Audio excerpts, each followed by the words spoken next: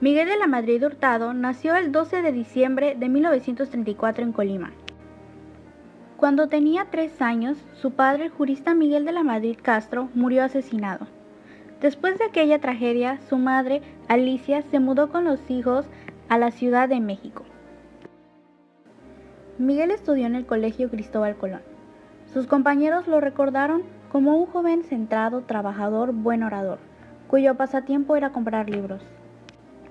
De manera casi natural, se fue dirigiendo hacia las leyes, la profesión de su padre y abuelo. En 1952 ingresó a la Facultad de Derecho, y fue entonces que comenzó a interesarse en la política. De la mano de Jesús Reyes Heroles, aprendió sobre el liberalismo europeo del siglo XIX, ideales que llevaría consigo a la presidencia y que contrastarían con los priistas que la antecedieron. Tras un año en la Universidad de Harvard, donde estudió una maestría en Administración Pública, se incorporó al gobierno. Durante el sexenio de Luis Echeverría, trabajó en el Banco de México Pemex y la Secretaría de Hacienda con López Portillo como titular. Por aquellos años comenzó a trabajar cerca también de Carlos Salinas de Gortari. A pesar de tener temperamentos distintos, ambos sentían una afinidad en sus ideas sobre los modelos económicos. López Portillo admiraba el carácter mesurado de la Madrid y su talento para las finanzas. Así, a partir del 79 lo destinó a la Secretaría de Programación y Presupuestos. Después de 2 años de cordura en el gasto público y en la concentración de deuda del gobierno de López Portillo, había comenzado una etapa de proyectos desmedidos y aumento de la deuda a niveles inconcebibles, a cuenta de los enormes ingresos que se esperaban por la explotación del petróleo. Pero la caída en el precio del barril acabó con aquellos sueños de administrar la riqueza. Sistema político de Miguel de la Madrid. Miguel de la Madrid recibió un sistema político desmembrado y un sector productivo desfigurado. Era urgente componer la economía, reducir aún más el gasto público, sanear las finanzas públicas, pero muy a pesar por la injusticia social que esta medida antiinflacionaria implicaba. Restringir el aumento de los salarios. Además, debía poner orden en el gobierno, apaciguar la división entre la sociedad, evitar que la protesta social estallara, renegociar la deuda externa sin declarar insolvencia, resistir a las presiones de Estados Unidos y conservar el orden constitucional. Las alternativas posibles habrían conducido a un gobierno autoritario, como había ocurrido en otros países de Latinoamérica. Sus estrategias tuvo 2 grandes pilares. La primera fue iniciar acciones inmediatas para la recuperación económica e introducir poco a poco modificaciones del fondo para el sistema político, el modelo económico y la organización del gobierno, a las que llamó cambios estructurales. En el primer día de su mandato, anunció el programa inmediato para la recuperación económica, para bajar la inflación, disminuir el gasto público y corregir el déficit fiscal. Se ajustaron al alzar los precios y tarifas del sector público para comenzar a sanear sus finanzas.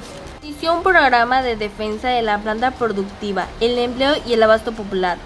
Fue un plan severo que, sin embargo, por la dispersión de información, el alza prolongada de las tasas de interés internacionales, la recurrencia de la caída de los precios del petróleo, la lentitud de los organismos financieros del exterior para apoyar a México con recursos oportunos e incluso errores de instrumentación por parte del gobierno.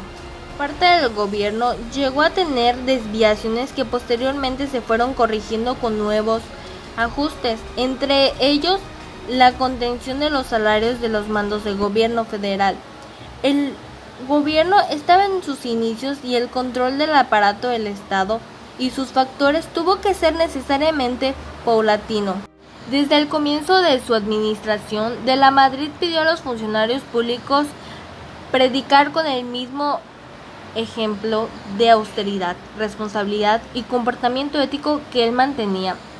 Fue dentro del gobierno donde comenzó a poner en práctica la renovación moral de la sociedad mediante el combate a la corrupción y al derroche, una de las 7 tesis de campaña que orientaron a su mandato.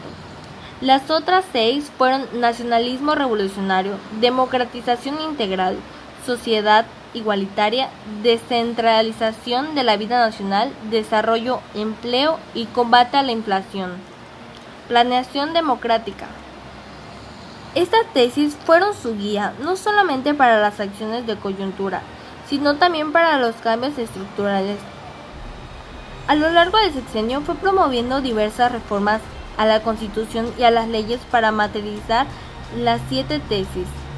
También fueron incorporadas a los estatutos del Partido Revolucionario Institucional, considerando políticamente inviable pedir al mismo Congreso de la Unión que había aprobado la nacionalización de la banca. Esta decisión no fue bien comprendida por muchos.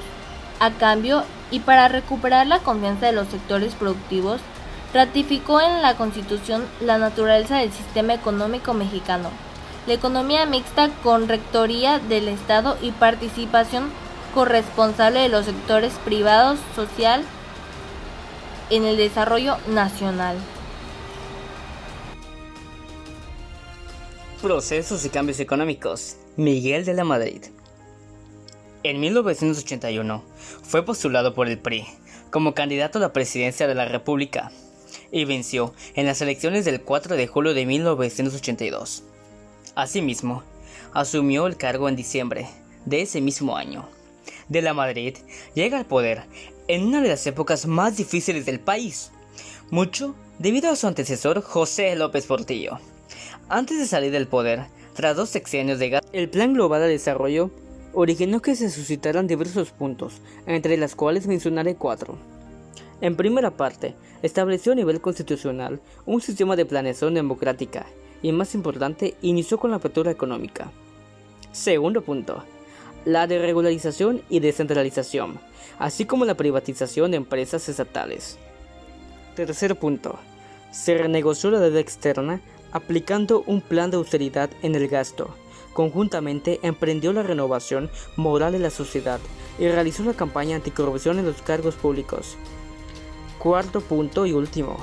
El 5 de octubre de 1987, la Bolsa Mexicana de Valores explotó ante el incontrolado proceso de ventas, perdiendo el 50% de su volumen de capitalización. Salí del poder tras 2 sexenios de gastos excesivos. Como resultado, la inflación subió a un promedio de 100% cada año. El empleo informal creció a 20% entre 1983 y 1985. Hubo caídas drásticas en producción. Ante tal situación, de la Madrid reorganizó el Plan Global de Desarrollo, bajo el cual se desarrolló el gobierno de López Portillo, en el cual estableció a nivel constitucional un sistema de planeación democrática. Y más importante, inició con la apertura económica, quien nacionalizó la banca 3 meses antes de salir del poder, tras 2 sexenios de gastos excesivos. Como resultado, la inflación subió a un promedio de 100% cada año. El empleo informal creció a 20% entre los años 83 y 85. Hubo caídas drásticas en producción. El sexenio de Miguel de la Madrid quedó marcado así como una época de oportunidades perdidas, especialmente en el terreno democrático. Fallece a los 77 años de edad el expresidente de México, Miguel de la Madrid. La causa de muerte fue un paro cardiorrespiratorio el día 1 de abril de 2012 en la Ciudad de México.